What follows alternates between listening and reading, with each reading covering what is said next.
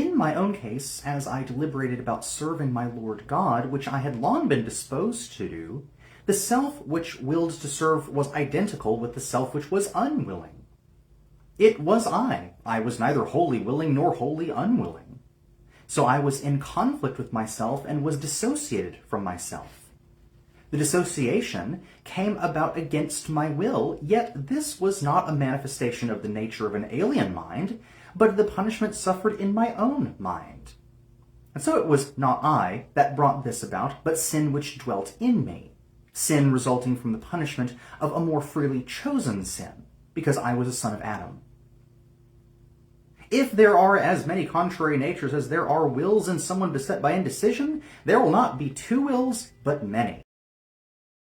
When someone speaks about a conversion experience, perhaps a conversion experience to Christianity, the popular way of describing conversion experiences is in kind of lightning strike terms, in a sort of, all of a sudden it was God who literally spoke to me. And that is certainly the case as it comes to conversion. God speaks to us in many and various ways, some direct, some more indirect. But often it is a particular kind of lightning bolt moment. And it's often remembered after the fact of the conversion. Whenever we go through those periods of time, we are much less clear about perhaps the circumstances of conversion than we are after we have the experience. Because after the fact, as we say, hindsight is 20/20, but there actually is something to this. When we have gone through an experience and we have time to reflect on our experience afterwards, we're able to make a lot more sense of perhaps the precipitating circumstances of the experience.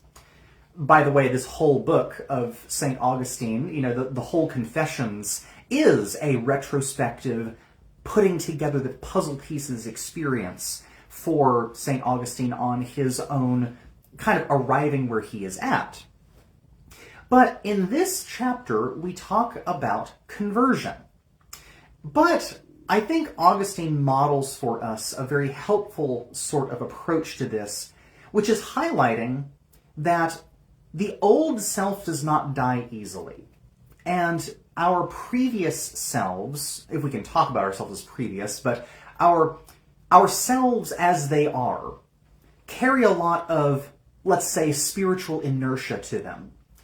We might have a desire to do something, a desire, but we might not actually have an ability, or at least the will to follow through with that desire.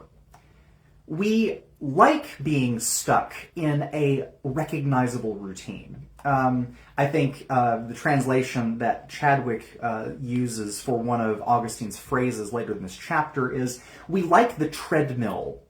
We like the continuous walking in sort of a dull fashion, because it's familiar, it's in a way comfortable. We know what to expect there. But whenever we make a drastic change in our lives, we are set afloat sort of freely in the water.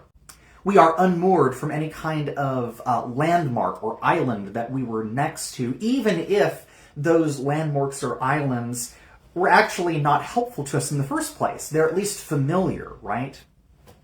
Well, this whole chapter is about Augustine speaking about the difficulty he experienced, not in intellect, not in argument, not in the desire to do so, but rather in the inability to complete what he desired.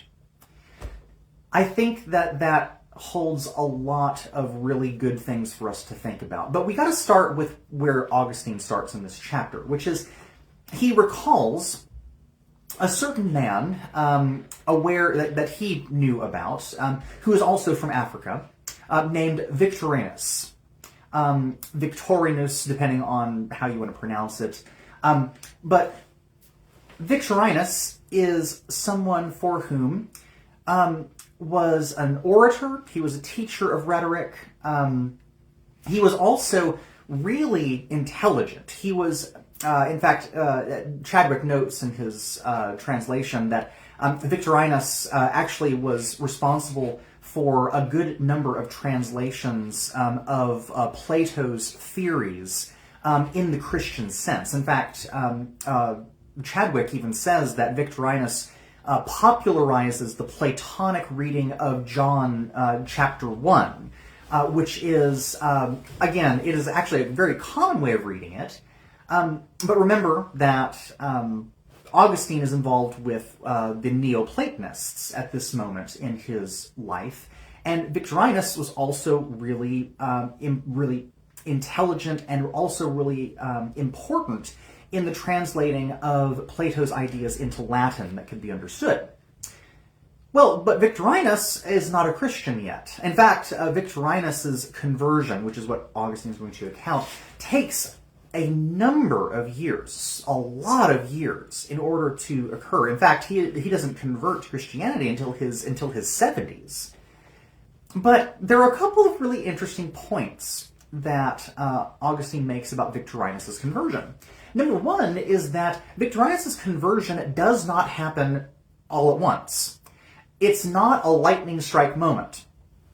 There are places along the way that are signposts that, again, for Victorinus and his Neoplatonist sort of beliefs, could certainly see the compatibility between Neoplatonism and a reading of the New Testament in Christianity, and likewise be drawn to that. But Victorinus, along with the bishop of Milan at the time, had various quarrels with each other about what it meant to be Christian. I find this really interesting, how parallel that Victorinus's reasonings are for a lot of contemporary people here that live in the 21st century, which perhaps tells us that perhaps we're not too much different than we used to be about 1500 years ago. But Victorinus, again, being attracted to Christianity, counts himself as a Christian, although he has not received baptism, although he does not attend church, although he really is not a member in any kind of recognizable fashion. But he really signs on to the ideas of it. But he doesn't follow through with the discipline of it. Well, Victorinus, who himself is well known and well established, he enjoys speaking with the bishop, and the bishop, every time Victorinus would say that he is a Christian, the bishop would say, "Why do I not see you in church? Why do I not see you coming forward for baptism? Why do I not see you? Why do I not see the evidence of these things?" And Victorinus would then scoff at him with the words, and I find this really interesting, with the words, "Is the church made of walls?" I find that a really fascinating thing, that Victorinus's objections to being a Christian but not needing to be a part of a church mirrors a lot of common United States nominal Christian thinking. I can be Christian without being connected to the church. The exact same thing that Victorinus is telling the bishop. Well, that's neither here nor there. We could probably talk about this a lot, but the bishop, every time that Victorinus says this, says, "Why do I not see you in church? Why do I not see you participating in the community?" And over again keeps saying this. Well, the bishop, again, is very perceptive, because it highlights something that Augustine himself was going through. Well, Victorinus eventually comes to the conversion experience. He, after a long period of time, finally hears the word of God asking him to go deeper, to be a part of the Catholic community. Again, that word Catholic was referring to the church at the time. And that word Catholic is a reference to the universal church. So to really enter into it, and really it's a powerful story that, again, Augustine tells better than I could here. But the particular the particulars about what Victorinus goes through, in a lot of ways is set up as a foil to Augustine. Because Augustine, we've been with him for the past 7 chapters, right? Augustine has, in a lot of ways, been asking for various answers to his questions or to his queries, asking to various answers to his struggles. And as he's noted, God has provided a lot of those answers. Whether it be through Ambrose, whether it be through his friends, whether it be through his mother, Monica, there have been answers that have been given to him, and he, in a lot of ways, notes in the middle of the chapter that all of my defenses have been taken away, all of my, repulsion to certain things have been replaced by a profound attraction to the faith. But Augustine still runs into one thing, which is he's come to the intellectual point, he's come to the spiritually open point, but now he has to follow through with it. And this is where Augustine dwells for most of this chapter. What does it mean to actually will to do something? Do I have the ability to will anything? And what exactly does it mean whenever I am fighting within my own self? Now, here's where the bridge between the practical and the theoretical start coming in. And this is where we need to get a few pieces of terminology under our belts. Number one, when it comes to recognizing the problem of will, this is not new for philosophy. This is not new for Augustine. The answer to the question of why is it that I cannot perform that which is good for me is found within a couple of different theories. One theory is that I have competing multiple wills inside of me. And that can take the expression of a couple of different theories.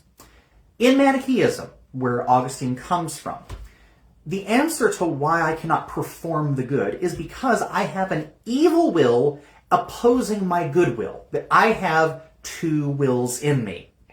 And those wills are usually subdivided between the interior good will, the non-physical, and the exterior evil will, which is bound within the physical. Again, remember for Manichaeism, the physical is actively evil.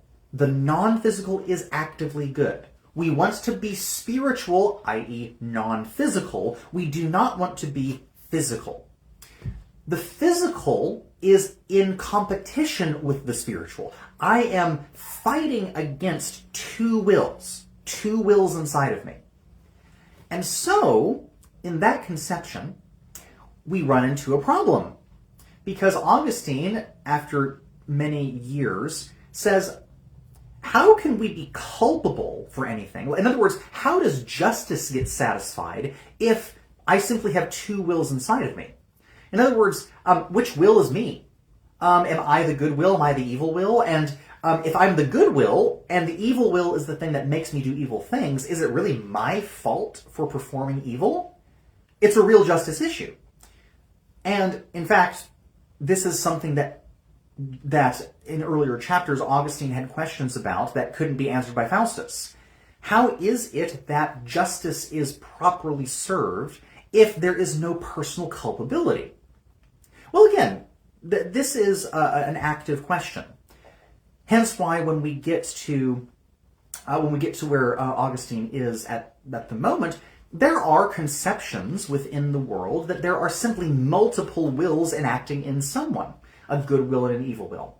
Well, in other conceptions, that good will and that evil will are pitted against each other, not in the physical versus non-physical sense, but rather simply that I am divided in my mind. This is where Platonic ideas come in. Again, while Plato might not have said anything specific about this, Platonic conceptions of this would be that because, as Plato would say, the intelligence is the thing that helps me see clearly. I need to see with my mind. I need to perceive the world through my mind, not through simply my bound physical senses, which again, for Platonists, the physical world is not evil. It's amoral. It's not good or evil, but the physical world is illusory. It can be, it's one of those things where our physical sense is not the realist form of the world. We have to view the truest form of the world perceiving with our intelligence, our intelligentsia, our mind. And this is why seeing with the mind's eye is how you actually see the world truly. Well, the problem is how do I actually see the world clearly, and how do I know if I see the world clearly? But then how do I actually act in myself according to what I know is true? It's one thing to perceive the truth with my mind. It's another thing to enact in my very self the practice of that truth. This is where you get the appropriate ethical remarks of, if I know what the truth is, then it should be that I pattern myself after that truth. But the problem that now comes in is, how now do I solve the problem of me not performing what I know the truth to be? What is the disconnect between here and here, in other words? How am I not performing what I know to be the truth? This is where we get into the idea of I have two minds. I have a competing mind between what is good, what is evil, and I am confused in my mind because I have something in competition with it. And again, Platonists are still realists about the world. They're not idealists. The realism about the world is that there is simply a disconnect between me perfectly performing what I know is good. In other words, Platonists know just as well as anybody else that we have a failure of nerve, so to speak. We cannot perform that which is good every single time because there's something blocking us. We just need to figure out what that something is. Well, Augustine gives, I think, a good analogy, which is that, and again, he's using Neoplatonist sort of language here, but when my mind is telling my body to do something, so in other words, we're still, the conception of the self is that I am fully myself, but there are soul parts of myself and body parts of myself. There is non-physical and physical parts of myself. It's just that these are not in opposition to each other in the sense that Manichaeism pits them against each other. However, Augustine notes an interesting problem, which is that, okay, so if I perceive the truth, if I know the truth, and in this case, if I know that the truth is that God is calling me to be a part of the church, if I know that in my mind, if I've perceived the truth, if I know that in my mind, why is it that all obstacles being removed, I still do not follow through with conversion? Augustine says, I can tell my hand to move, and it's as if I don't even have to think about it. I can look at this and tell myself to move, and my hand moves. I can move my head, and I don't even think about it. My mind and my body are so in sync that I don't have to worry about it. However, when my mind has a conversation with my mind about what the best action is, I then, for some reason, fall into psychological dissonance, which is what he calls it. I am of two minds about something. By the way, if you wonder where that phrase comes from, here's where it comes from, is this conception of the mind against the mind. But Augustine begins to work through this in a way in which he comes to the point at which he no longer can say, with truth, with his own perception of truth, he can no longer say that I am two minds, and one of the minds is the problem. Rather, what the scriptures say is that, no, I have conflict in myself because I desire to do the good, but I just can't do it. And the evil that I don't want to do, that's what I'm so attached to, it's what I'm so chained to.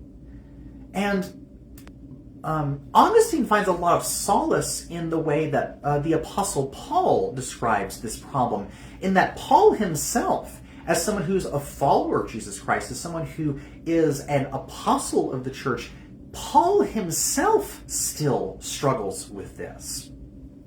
And that Paul does not follow the two minds dichotomy.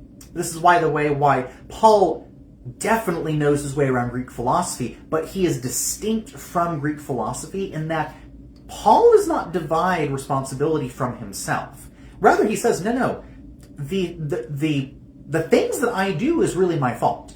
I am one thing. I am one person. I'm not divided from myself. I am certainly at war with myself, my old self and the new self, but these two selves are an amalgamation of the same thing. I am, as Paul would say, I look towards being clothed more fully. I look for the new that has come. I look towards the putting away of the old person. And at the same time, there is this struggle that the good that I want to do, that's just not what I do. But the evil that I don't want to do, that's what I do. Who will save me from this wretched body? Thanks be to God through Jesus Christ. So, Paul, in a way, models what Augustine then follows. So Augustine is trying to figure out what this problem is. And in a way, he throws himself down outside of his friend's house, just in tears. By the way, the picture of the book is this particular happenstance, is when Augustine throws himself down with tears beneath a fig tree. And he's at the lowest point because he's so distraught that he can't perform this sort of action that he knows he's supposed to do. And this is when the lightning bolt hits, so to speak. This is when the big sort of signpost in the road happens, where he hears it sounds like a children's game going on, that some voice, sounds like a child's chant, tells him, pick up and read, pick up and read, pick up and read. And Augustine takes this as, okay, so he was reading scripture, I need to pick up my scriptures, and I need to read just whatever comes to me. Whatever I open to, I need to read this. And by the grace of God, he reads the passage of St. Paul that says to put off the old person. No longer shall we be bound by all of these impurities, but rather we put on the new person. We put on Christ. And in that way, Augustine then has the renewed, or perhaps just simply the new, conversion passion of, this is exactly what I need to do. In some ways, Augustine needed confirmation from someone that this is what he needed to be up to.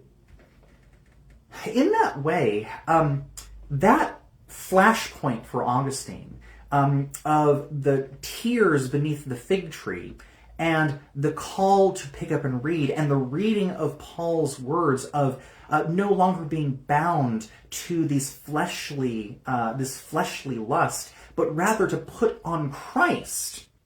Not simply to put on an ethical set of rules, and not simply to put on this sort of kind of intelligentsia that is used to come to a perfect understanding of the world, but rather, no, Augustine recognizing himself, he does not have the power to move his will that direction. He needed Jesus to do that. And here's where it happens. this is when Augustine really has that signpost conversion experience. And this is where all of the things leading up to that point begin to fall into place and make sense. But obviously, Augustine's got a little bit farther to go. He's still got to make the move. He's got to make the willful motion. In a way, this is where we leave Augustine before next chapter. But I like the note that he puts at the very end of the chapter, which is that it is still the case that my previous life, Augustine says, still holds on somewhat seductively. That the calls of my past life are, well, if you make this change, you're going to, are you sure you want to make this change? Are you sure that this is what you want? Are you sure that when you do this, that you'll actually find happiness? Are you sure that when you're going to do this, you're actually going to be better than you were before? And in that way, in this conversion experience of the reading of the apostle gives him firm ground to say, no, I need Christ. In a way, the way he describes it is that I've been beating myself up so much about not being able to make the right decision that perhaps I should be like the psalmist and cast all my anxiety on God. Cast all of these fears, these anxious thinkings, these depressive symptoms, cast all of these things on Christ. And then do not give heed, do not give provision for the flesh, as St. Paul would say. Do we cast ourselves on Christ? And that's where Augustine finally, I think, gets it. It's not merely the perception of the truth, which is, again, it's a part of it. It's the perception of the truth is part of it, but there has to be a willful motion of the person. And that's where Augustine finally gets to at the end of this chapter. With that said, we will look at how Augustine now has to work out some things, like his conversion is not over. There are some significant things in his life that he has to work out, and what exactly practically it means to be Christian.